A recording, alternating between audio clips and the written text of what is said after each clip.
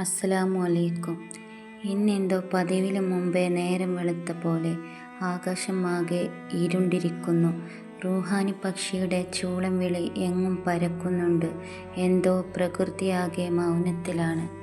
പതിയെ എഴുന്നേൽക്കാൻ ഒരുങ്ങി. തല അനക്കാൻ പറ്റുന്നില്ലല്ലോ. കൈ ചലിപ്പിക്കാൻ നോക്കി. ഇല്ല, അതിനും കഴിയുന്നില്ല. ആരോ അടുത്തേക്ക് വരുന്നുണ്ടല്ലോ. ഉമ്മയാണ് മോളെ, എഴുന്നേൽക്ക്, സമയം വൈകി. മറുപടി പറയാൻ വാ തുറക്കാൻ പറ്റുന്നില്ല. ഉമ്മ വീണ്ടും വീണ്ടും വിളിക്കുന്നുണ്ട്, മോളെ. ഉമ്മ വെപ്രാളപ്പെട്ട് വീട് മുഴുവൻ ഓടുകയാണ്. എനിക്കൊന്ന് സമാധാനിപ്പിക്കാൻ പോലും പറ്റുന്നില്ലല്ലോ. ആരോ വന്ന് എൻ്റെ കണ്ണുകൾ അടക്കുന്നുണ്ട്. വീട്ടിൽ ഖുർആനിൻ്റെ മധുരധ്വനി പരക്കുന്നു. ആളുകൾ വന്നുകൊണ്ടേയിരിക്കുന്നു. എല്ലാവരെയും വ്യക്തമായി കാണാം. ഇന്നലെ വരെ എന്നെപ്പറ്റി അപവാദം പറഞ്ഞ ഇത്ത ഇന്നിതാ എനിക്ക് വേണ്ടി ദുആ ചെയ്യുന്നു. ഉപ്പ അടക്കിപ്പിടിച്ചു കരയുന്നുണ്ട്. ഉപ്പാനെ കെട്ടിപ്പിടിക്കാൻ തോന്നുന്നുണ്ട്. പക്ഷേ ശരീരം നിശ്ചലമാണല്ലോ. കാണാത്ത പല മുഖങ്ങളും വന്ന് നോക്കിപ്പോകുന്നുണ്ട്. എൻ്റെ പ്രിയപ്പെട്ടവരാരും വന്നില്ലല്ലോ. അവരിനി അറിഞ്ഞിരിക്കില്ലേ? ആരെങ്കിലും ഒന്ന് അവരെ അറിയിച്ചിരുന്നെങ്കിൽ. അവർ എന്നെ കണ്ടാൽ കരയുമോ? എൻ്റെ മുഖം നോക്കാൻ ഭയപ്പെടുമോ?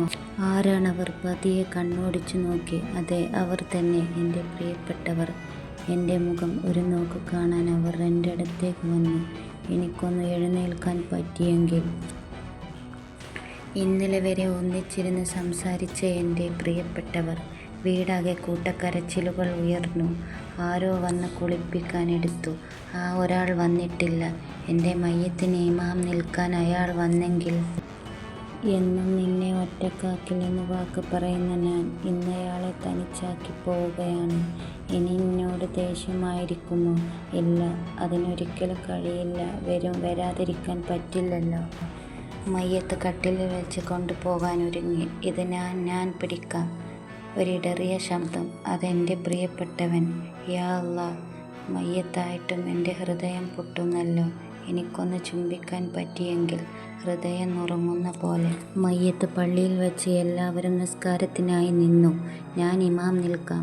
അത് പറയുമ്പോൾ ശബ്ദം ഇടറുന്നുണ്ട്. കേൾക്കാം. കണ്ണുനീർ ചാലായി ഒഴുകുന്നുണ്ട്. നിസ്കാരം കഴിഞ്ഞു ഖബറിലേക്ക് വെക്കാനൊരുങ്ങി. അല്ലാഹ്, ഇനി എനിക്ക് എൻ്റെ കൂട്ടിന് എൻ്റെ പ്രിയപ്പെട്ടവരാരുമില്ലല്ലോ. ഞാൻ തനിച്ചാവുകയാണല്ലോ. പ്രിയപ്പെട്ടവൻ്റെ അരികിലേക്ക് വന്ന് എൻ്റെ നെറ്റിയിൽ അവസാന ചുംബനവും വറ്റി വരണ്ട കണ്ണിലെ കണ്ണീരും സമ്മാനിച്ചു എന്നെ യാത്രയാക്കാൻ ഒരുങ്ങി. എന്തോ അടുത്തു പോയതിനെയൊക്കെ അടർത്തി മാറ്റേണ്ടി വരുമ്പോൾ വല്ലാത്തൊരു വേദന.